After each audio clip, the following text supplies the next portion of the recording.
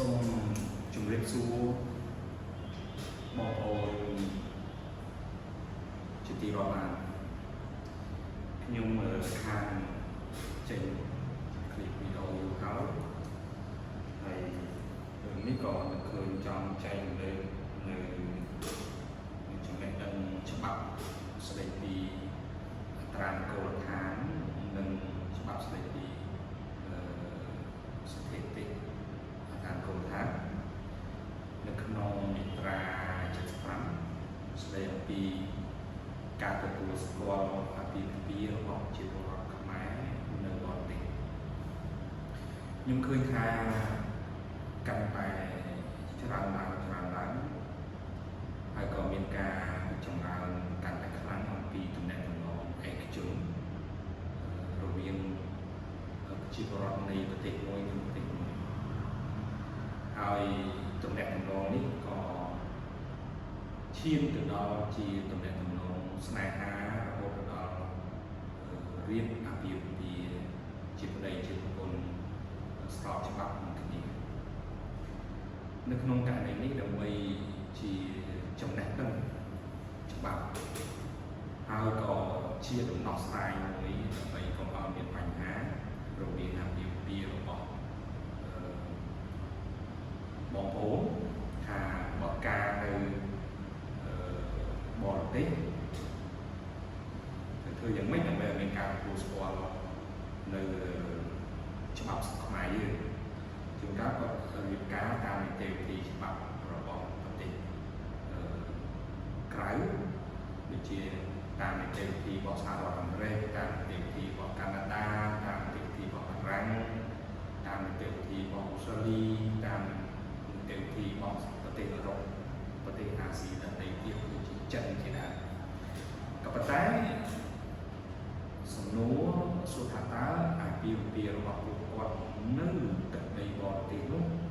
ត្រូវបានទទួលស្គាល់ដោយច្បាប់របស់ប្រជាជាតិកម្ពុជាដែរអត់អញ្ចឹងយោងតាមច្បាប់ស្តីពីអត្រានុកូលដ្ឋាននិងស្ថិតិអត្រានុកូលដ្ឋានមាត្រា75បានចែងថាលក្ខខណ្ឌអីខ្លះដែលនាំឲ្យអាពាហ៍ពិពាហ៍របស់បងប្អូនដែលនៅឯបរទេសគឺសំដៅទៅលើបងប្អូនខ្មែរហើយនិងបងប្អូនខ្មែរនៅបរទេសឬក៏បងប្អូនខ្មែរ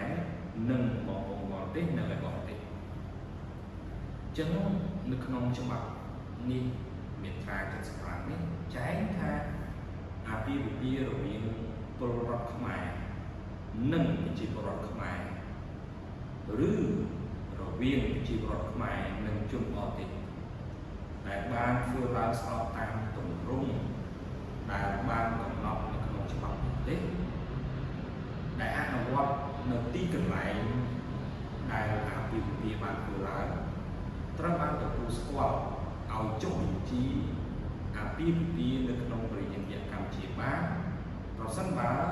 អាពាហ៍ពិពាហ៍នោះមិនផ្ទុយពីបញ្ញត្តិមិនផ្ទុយពីបទបញ្ញត្តិនៃច្បាប់របស់ប្រជាជាតិកម្ពុជាអញ្ចឹងលក្ខខណ្ឌទី1នេះគឺប្រសិនបើអាពាហ៍ពិពាហ៍របស់បងប្អូនជាពលរដ្ឋខ្មែរនិងពលរដ្ឋខ្មែរឬពលរដ្ឋខ្មែរនិងជនបរទេសធ្វើឡើងដោយមិនផ្ទុយនឹង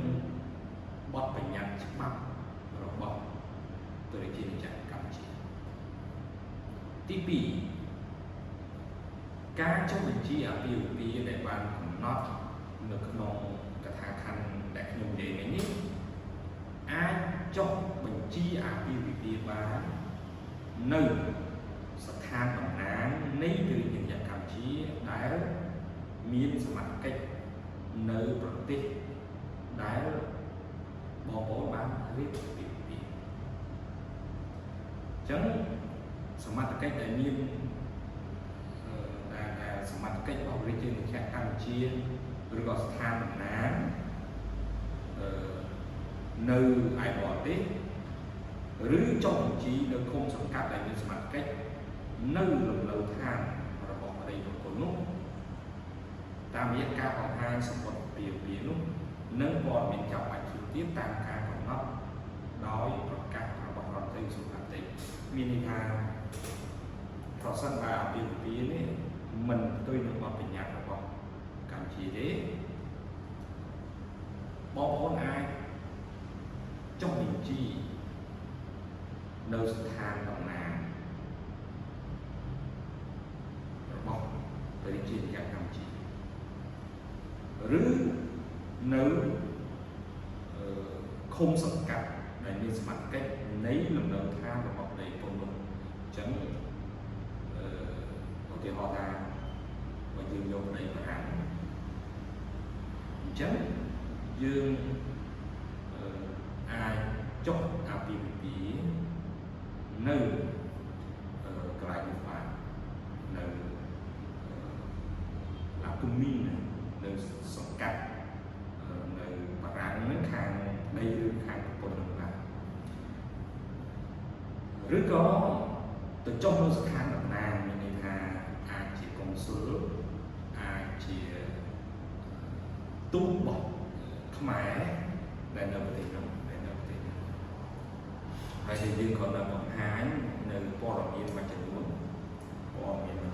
ដែលព័ត៌មានហ្នឹងដូចជាមានន័យថាបងមែនទេទៅដូចជាអាពាហ៍ពិពាហ៍របស់យើងដែលស្របច្បាប់នៅប្រទេសហ្នឹងគឺយើងអាចយកទៅឲ្យស្ថានតំណាងទទួលស្គាល់ឬក៏ចុះបញ្ជីអាពាហ៍ពិពាហ៍នៅឃុំសង្កាត់ហ្នឹងលក្ខខណ្ឌទី3ថាក្រោយចុះអាពាហ៍ពិពាហ៍រួចមន្ត្រីការមូលដ្ឋាន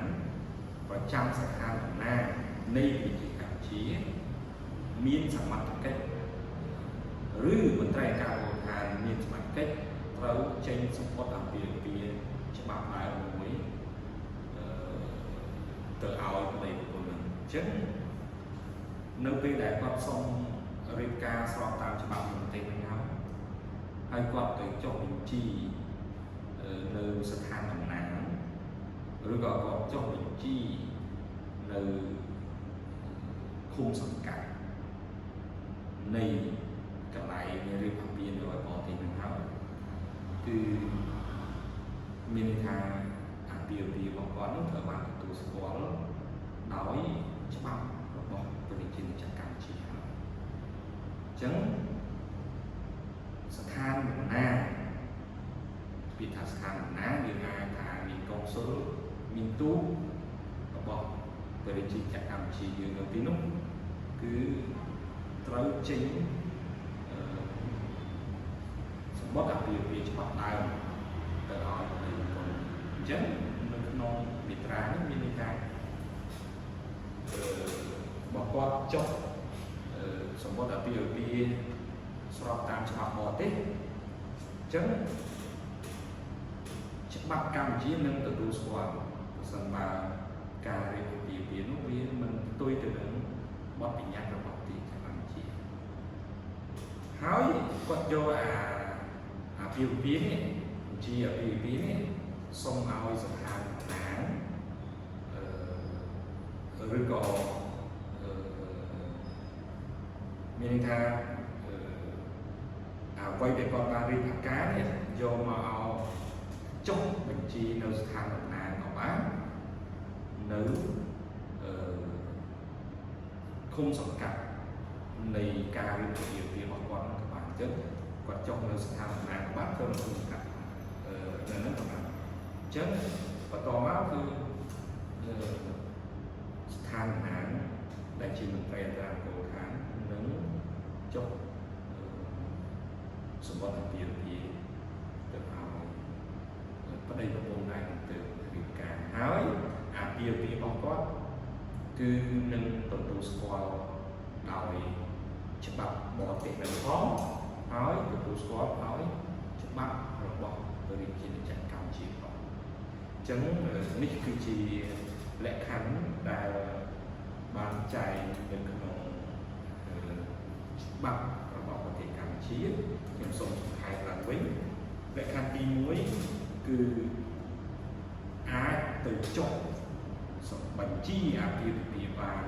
នៅពេលដែលរៀបការហើយនេះ នៅពេលដែលអាពាហ៍ពិពាហ៍នោះមិនផ្ទុយនឹងច្បាប់របស់ប្រជាជាតិកម្ពុជាទី2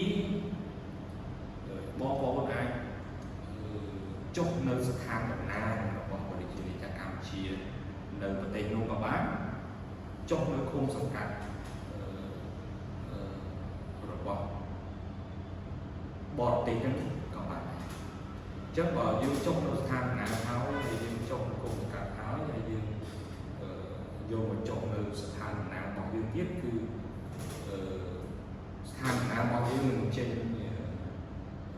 សពតអាពាហ៍ពិពាហ៍ជូនបងប្អូនហើយនឹងមានការទទួលស្គាល់មានអនុភាពទាំងនៅបរទេសទាំងនៅលើប្រជាជាតិកម្ពុជាអញ្ចឹងនេះគឺជាចំណេះដឹងផ្លូវច្បាប់មួយដែល